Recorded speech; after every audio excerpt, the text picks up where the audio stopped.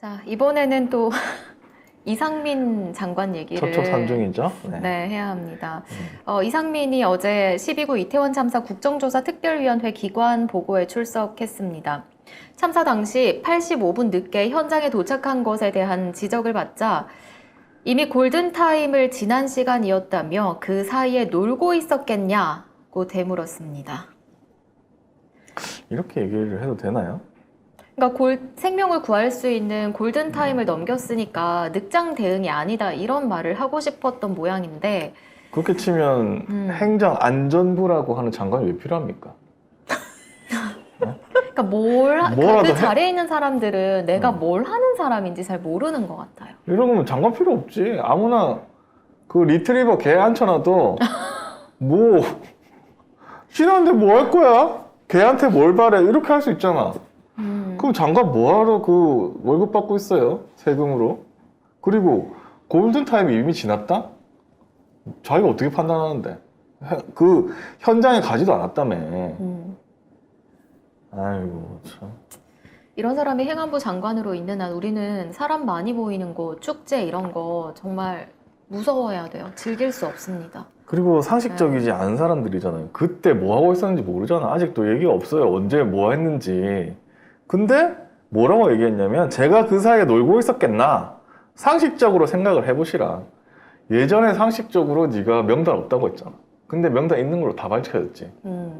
그럼 놀고 있었겠네. 참사 당한 그 국민들 명단 다 있었는데 없다고 구라를 쳤잖아. 걔 구라를 쳐놓고 상식적으로 생각해보라고 이제 와서? 네. 못 믿어. 입 버릇이는가 봐요. 그리고 결국에 유감도 표명합니다. 제가 골든타임을 판단하는 능력과 자격이 없는데 성급한 발언이었던 것 같다. 이렇게 얘기를 해. 하도 욕을 먹으니까.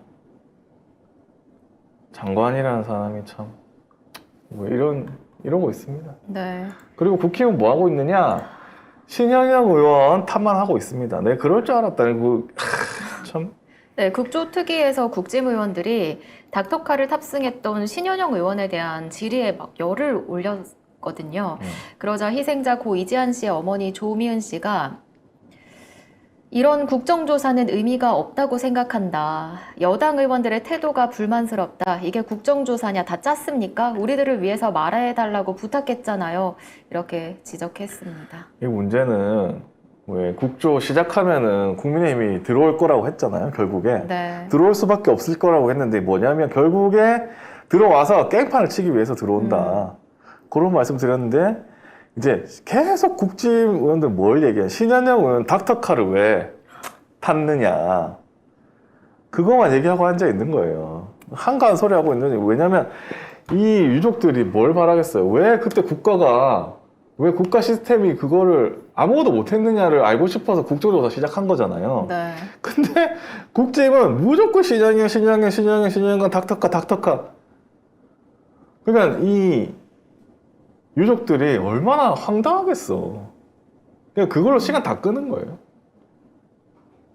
이거 예전에도 이랬거든. 세월호 할 때도 국정조사 할 때 무조건 이상한 꼬투리 잡아가지고 조사를 못하게 했어요. 거의. 방해하는 수준이야. 국조를 방해하려고 온 사람들이야. 여기 지금도 그래. 닥터카가 본질이 아니잖아요. 국정조사에서. 닥터카가 빨리 갔으면 그러면 살았습니까? 그러니까 진즉에 국가가 아무것도 안 한 게 문제고 왜 아무것도 안 했는지 그거부터 파야 되는 게 국정조사 시작하는 그 원래 취지가 그거잖아요. 근데 우리가 사실 국정조사 저쪽에서 합의를 해주고 참여를 한다고 해도 제대로 안 될 거다라고 얘기를 했잖아요. 이미 예상했던 거였고 사실 우리는 어떤 기대도 없었는데 그래서 우리가 반복적으로 늘 하는 말 있잖아요. 인간 아닌데 인간 대접해주면 또 뒤통수 맞고 처맞는 건 우리라고. 우리가 계속 그 얘기 하잖아요. 같은 인간으로 보면 안 돼. 그러니까요. 안 된다니까요. 안 돼.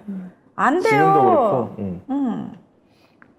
아무튼 결국에는 이 국정조사 이런 식으로 시간 끌게 해가지고 신현영 닥터카 이걸로 계속 몰아가지고 어떻게든 시간 끌 겁니다. 예, 안 해줄 거예요. 절대 안 해주려고 겁니다. 들어온 거야. 예, 그리고 안 해줄 겁니다. 그래 놓고 지금 뭐라고 하냐면은 신영현 의원을 증인으로 부르재. 증인으로 안 부르면 국정을 더 못하겠대. 지금 그러고 있는 상황이거든요. 예, 그래서 인간 대접해가지고 어떻게든 같이 데리고 가야죠라는 얘기한 사람부터 나는 이제는 패버리고 싶다니까. 인간 우리도- 아닌데. 우리가 그렇게 하면 안 되죠라고 저들하고 똑같아지잖아요. 그렇게 하면 그거는 그래서 한 또 꼴을 쳐맞는 보세요. 예, 한 꼴을 또 쳐맞는 보시라고요. 거예요. 사사건건 비토하면서 이런 식으로 방해를 하잖아요. 어디까지 봐줘야 되고 어디까지 사람 대접을 해줘야 됩니까? 아무 일도 우리도 안 하겠다는 겁니까? 쌍으로 그래서 저것들은 안 돼, 정치인들은 안 돼, 국민들에게 정치 혐오감을 심어주자는 겁니까? 그러니까 이거를 또 보면은 뭐 이런 신현영 의원 관련한 질의하는 거를 사실은 민주당이 막아야죠. 당연하죠. 근데 내버려 둬요 또. 아, 이게 그러니까 민주당은 또 하고도 욕 먹는 거야. 맞아. 결국은 하고도 니들도 다 욕먹어. 똑같아. 이러니 정치가 엉망이지. 에이, 정치인 저것들. 여야 다 똑같아, 저것들. 국민은 안중에 없지. 결론은 늘 지금 수십 년간 반복되온 그 프레임이 여기도, 그래서 우리가 그 프레임이 이제 안 된다고 얘기하잖아요. 뭐 이러고 있다. 이러고 있는 게 또 뉴스에 잘 안 나와서 제가 일부러 더 가져왔습니다. 그리고 또 잘 안 나오는 게 하나가 더 있죠. 네, 헬로윈을 앞두고 경찰이 걱정한 건 대규모 인파의 움직보다는 윤석열차나 토리아빠 이런 코스프레였던 것으로 드러났습니다. 서울지방경찰청 정보부가 지난 10월 14일에 작성한 보고서가 공개됐는데요. 제목은 헬로윈 데이를 앞둔 분위기 및 부담 요인입니다. 자, 이 보고서를 보면 경찰은 경찰복 코스프레, 대통령 패러디 의상 등 사회적 논란을 우려했고요. 그리고 특히 일부 네티즌은 주목을 끌기 위해 윤석열자, 토리아빠 코스튬 착용 등을 거론 중인데 이게 현실화될 가능성이 있다. 이런 식으로 우려한 것으로 드러났습니다. 그래, 가능성 있으면 뭐 어쩔 것 건데. 잡아 쳐놓을 거야? 윤석열 차 했다고? 나는 이 경찰도 진짜 정신이 진짜 제대로 박혔는지 내가.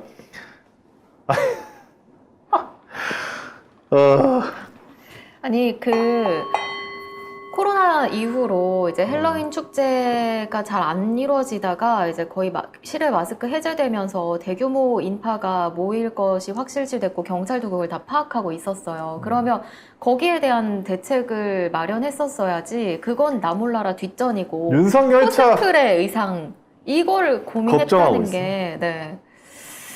이게 그러면서 그 고려 조치 사항에는 집단 폭행, 마약 투입 등 강력 사건 발생 안전 사고가 잠깐 나옵니다. 그러니까 왜 마약이 왜 나오며 네. 코스프레 걱정은 대통령 패러디 의상을 왜 걱정을 하면 경찰이 진짜 그러니까 축제에 참가하는 국민들의 안전을 위한 조치보다는 그냥 잠재적으로 범죄자 취급을 한 거예요. 범죄자 취급도 한 거고 네. 심지어 대통령의 심기가 불편할까 봐. 우리 토리 아빠라고 코스프레 하면 어떡하지? 윤석열 차 코스프레 하면 어떡하지?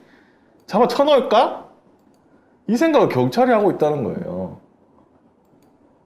그러니까 이게 공무원이 영원히 아무 리 없다지만 영원히 없으면 윗대가리 영원히 내려온다고 하거든요. 아, 왜? 영원히 없거든. 어... 그러니까 위에서 하는 대로 내가 해야 되는구나. 그러면 어떻게 하지? 이번에 사람 많이 모이면 윤석열차 이거 하면 안 되니까 다른 데도 뭐 수상도 취소하겠다고 하니까 그럼 우리도 이거를 잡아 쳐놔야 되나? 이거를 자기네 이거 뭐야? 공문서로 남겨놓는다는 거야. 헬로윈 데이 한 2주 전에 이렇게 공문서를 작성한 거예요. 그 헬로윈 축제가 어떤지 분석하고 조치를 취했어야 되는데 그게 아니라 그냥 정부 입장에서 그러니까 바라본 국민 거죠. 걱정이 아니고 네. 대통령 걱정. 이런 걸 하고 있었다는 거예요, 세상에. 그러니까 이 제목을 보면 헬로윈 데이를 앞둔 분위기 및 부담 요인이잖아요. 그 부담 요인이 대통령에 대해 그러니까 가질 부담이 수 있는 뭐야? 부담 요인. 네. 안전이 아니고 안전 조치가 거의 없어요, 이 보고서가. 참 음, 그렇습니다. 네.